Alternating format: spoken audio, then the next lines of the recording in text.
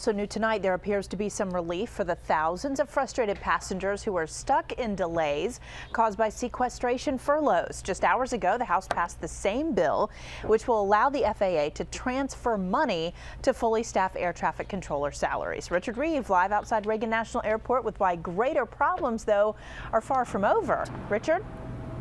Yeah, Allison, that's right. Passengers we spoke with say they're relieved but concerned. They wonder why these FAA cuts had to be across the board, and also, frankly, why the White House and Congress can't get things done. But they say at least they hope there will be no more delays in the air.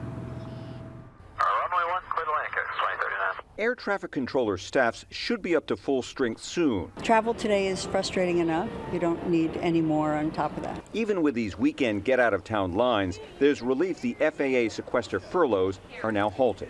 These blanket cuts, it's a scare tactic. If they really wanted to cut the budget, they could have planned ahead of time.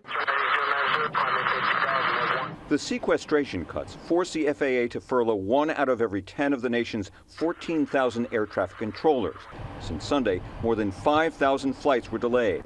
Now there's reason for hope. Definitely a win for the customers because they really felt the brunt of this. The bill forces the Transportation Department to cut from elsewhere in its budget. The vote just hours before members fly home on recess. They had to resolve the issue before they had to go back to see their constituents. But even the White House admits this is a Band-Aid solution. The furlough savings would have totaled $253 million. The sequester cuts add up to $85 billion. We've gone from, a grand bargain to a tiny snip. Mark Dansker fears it will be even harder now for lawmakers to make the tough choices. There's a big problem, and they take the little bits and find a way to make themselves look somewhat okay. It's very frustrating. That's why they did this, so they didn't have to stand in line.